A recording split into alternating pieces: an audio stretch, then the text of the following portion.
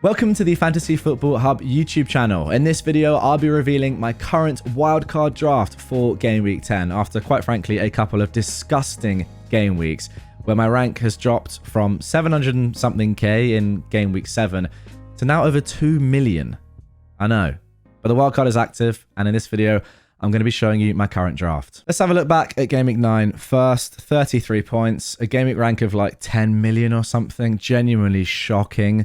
Gabriel I brought in, which, yes, I should have brought him in a while ago. I thought I could swerve it, but Arsenal defensively are too good. They've conceded 3 goals all season. We know that they're a joke. And then apart from that, Senesi was my only other return with a 3-point clean sheet, pretty much, because of the yellow card. My forward line got, I think, 17 points entirely, which is just disgusting. There's a few times in this video I think I'm going to say the word disgusting. And the bench wasn't that much better. I mean, I was deciding between playing Paqueta and Reinders. Who cares? They've both been terrible, and they will both be leaving my team this week. This is how my team is shaping up for Game Week 10, and I think you'll agree with only one transfer, I need to use the wild card. We've got Sanchez probably against Tottenham away. The two up front, Gyökeres and João Pedro, have been really, really poor. And then again, it's Paqueta who won't do anything at home to Newcastle, most likely. Reinders, whose minutes aren't secure and he's playing deeper. And then Williams, Senesi, Anderson's injured, not sure what's going on with him. Esteve too. This needs a wild card. Let's get into my current draft. Okay, so let's start things off with my draft by going through the players that are nailed. And I think the key to any good wildcard draft or team is just nailing the key players that you know 100% are going to be in your side, and then worrying about the rest of it after that. So I'm going to start with that. Now, obviously, I need to have 3 Arsenal players in there. And I think the 3 that I will go for are Raya, Gabriel, and Saka. I don't think that it's worth trebling up on the defense, and I do think Saka still provides enough value at that price for it to be worth it. I don't love the Arsenal attack right now. I mean, they're 8th in the league for open play XG, which is really quite poor because it's Arsenal and they're top of the league. That is how good they are at set pieces, though. That's why, of course, Gabriel has to be in there. So I think that doubling up on the defense is still viable. The fixtures from a defensive point of view are actually pretty good.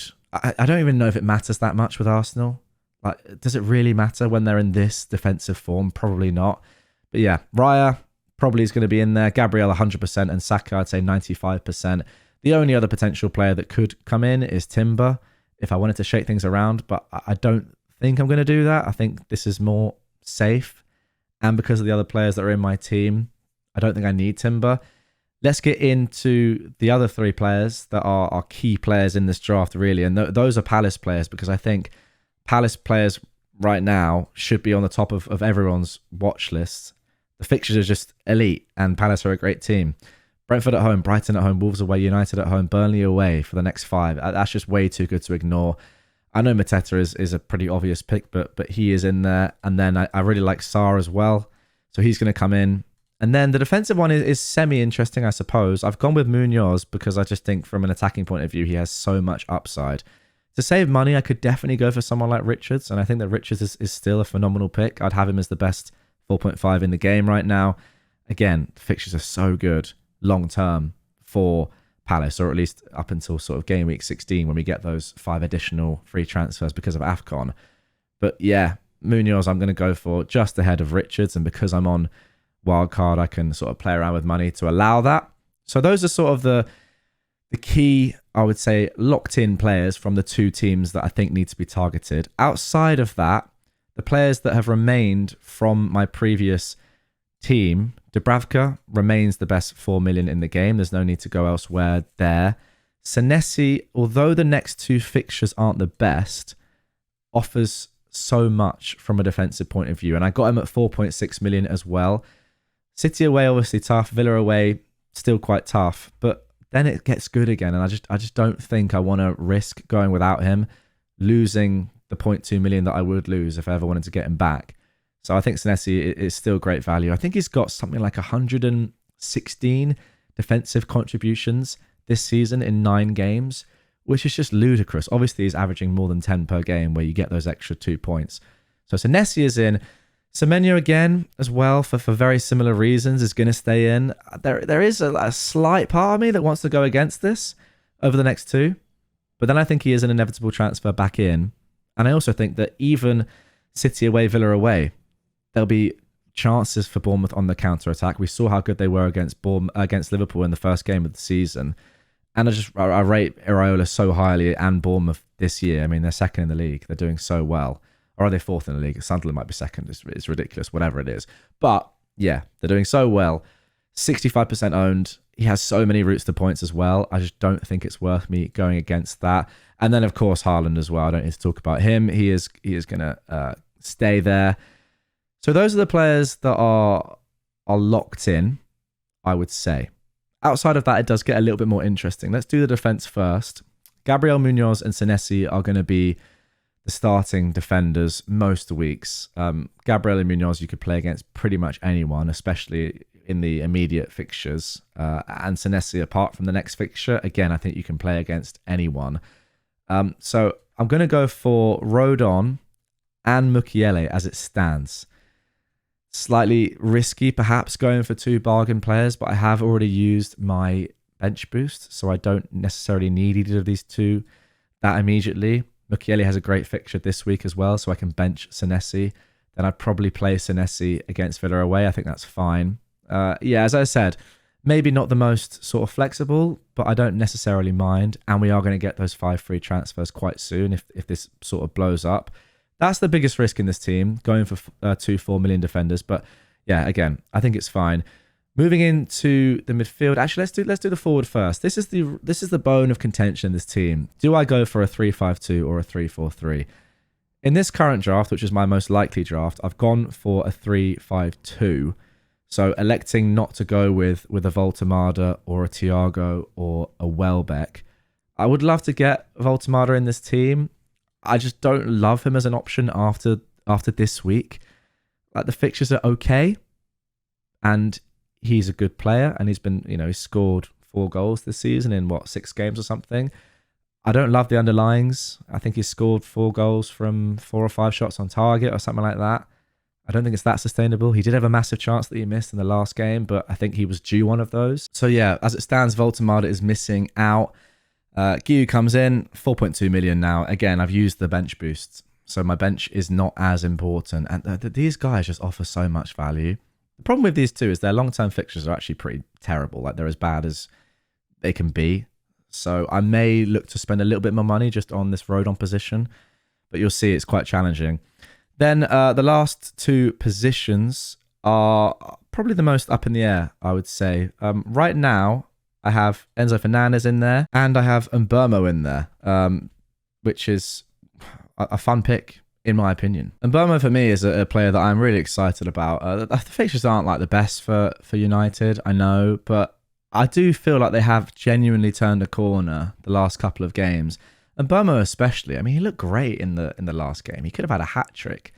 He just looks sort of back to his best. I think that front 3, or at least Cunha and Mbeumo now, look comfortable in this shape. And they were much more solid entirely, really, United against Liverpool and against Brighton as well, which I think is helping them with Cunha and Mbeumo sort of slightly dropping back in, offering a bit more support in the midfield to Bruno and whoever's next to him. So I think that is helping them a lot to sort of win the ball back on transition, with Luke Shaw jumping into midfield as well. And then just in general, they are much more solid, which gives their attackers more license, I think, to get more chances, do their thing more, rather than worrying about where they need to be defensively as much, if that makes sense. Probably doesn't, don't care. So yeah, this is the team as it stands. Now, this is showing as minus 1.1 million. I do have enough to afford this. I have 0.2 in the bank with this team, because obviously I've got a lot of these players in early, and Mbeumo has risen twice this week already. Now, I would love to be able to get Michael Keane in for Rodon. That's the one thing I'm a little bit short on, because that would just make the team a lot more solid. But as it stands, either I sell Enzo for someone like a Minte, who I think is a great pick, and potentially has more upside than Enzo, but again, I'm just not 100% sure on Minte, just because I just don't think he's that much of a finisher. And I know Brighton score a lot of goals, but it is often quite spread. And yeah, the striker gets a lot. So I could do that, and then I would have the money to do Rodon to a Keane. But as it stands right now, this is the team. So I'll save it. We'll have a look at it. I'll optimize it and then just see how that looks. I mean, to be honest, I will actually really take that because I haven't. This is the first time that I've built this team, and to see that it has a 100% team rating on Fantasy Football Hub fills me not only with genuine joy but also glee. Arguably, those two things mean the same. You might be right, but I think this team is very, very solid, very, very solid indeed. And again, because I've used the bench boost, I don't mind having Mukiele and Rodon as the subs. I would like a little bit more solidity there, but that is probably my most secure draft right now. If I was to change anything, it would be to try and get Voltemada or a striker in the team. So I'd lose Mark Guiu. Let's go with Voltemada right now, which leaves me about 3.5 million in the bank. To find that is quite challenging because I would probably then have to drop someone like a Semenyo down to a bargain midfielder. Or I could maybe do like an Enzo down to I think Bar is the cheapest midfielder in the game. If I go down to 4.3 million, I think there's a player called Bar who I could get in. Maybe he doesn't exist. Okay, here he is. Bar could come in for someone like an Enzo. I'd still need to find 1 million roughly, which would be Munoz to a Richards, I think, and then that would give me enough. But I don't like that as much. What does that do to the team rating? I know Voltemada would come in. Yeah, much of a muchness. I just think Munoz has so much attacking potential that I do want to get him in. And I can always change this later on down the line. To be honest, I quite like that, looking at it. It's quite tempting, actually. Because I'm going from Munoz to Richards, which is obviously a downgrade. Enzo, and then it's Enzo to Voltemada. I mean, let me know in the comments down below. What do you think of that? I'm tempted by that because there are other options to go from Voltemada after that. You can go to Thiago quite soon in like game week 12 or game week 30. It's not great after that. Welbeck as well is a potential option from game week 12. So if you were to get Voltemada for the next two, I don't like booking in transfers, but those next two are really nice. So yeah, it's either going to be most likely the first draft that I showed you, or something like this with a Voltemada in, or a Welbeck, or a Thiago. But yeah, I'm happy to see that according to Fantasy Football Hub's My Team tool, both drafts are looking good and solid. It's a shame, to be honest, because I would have liked to make something a bit more fun. I think I've got Mbermo in there, who is fun. Triple Palace is fun. If I do get a Voltemada, that's quite fun. I could get someone like a Minte, as I showed before. But apart from that, like, it's not the most inspiring draft of all time, I'm going to be honest. I really wanted to have a Liverpool player in there. That was the thing I was holding out for. If you've watched the previous videos, you'll know that I was really holding my wildcard for Liverpool's form to turn and to maybe get someone like a Salah in, or maybe know who the optimal or the first choice striker is. And I know Isak's got a bit of an injury, but I still wouldn't go for Ekitike right now. I mean, Liverpool just look all over the place, sadly. So it has to be the 3 Arsenal, it has to be the 3 Palace, and then it doesn't leave me with too much scope to go elsewhere. So yeah, let me know in the comments down below. What do you think of this team? If you're in a wildcard as well, please do post it down below. See if you can get close to the 69 predicted points on the My Team tool. Let's just put my final team in just so it is the most likely to end off this video, and we'll have a look at what the predicted points are for it. Just a couple of easy changes there, but I will think about that because I think it is, yeah, there is potential to go elsewhere there. Enzo Fernandez, I do like Enzo. It's a tough entry fixture, but then after that, it's really good. Wolves at home, Burnley away. And I do think that Palmer will potentially still be injured. So just 0.6 more points there. But yeah, that is roughly what it's going to be. Let me know your thoughts in the comments down below. Thank you for watching.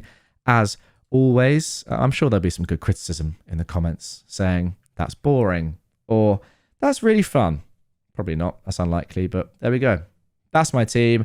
2 million in rank, from 700k to 2 million. It happens, but it's annoying. Hopefully that team will propel me back inside the top 1 million this game week.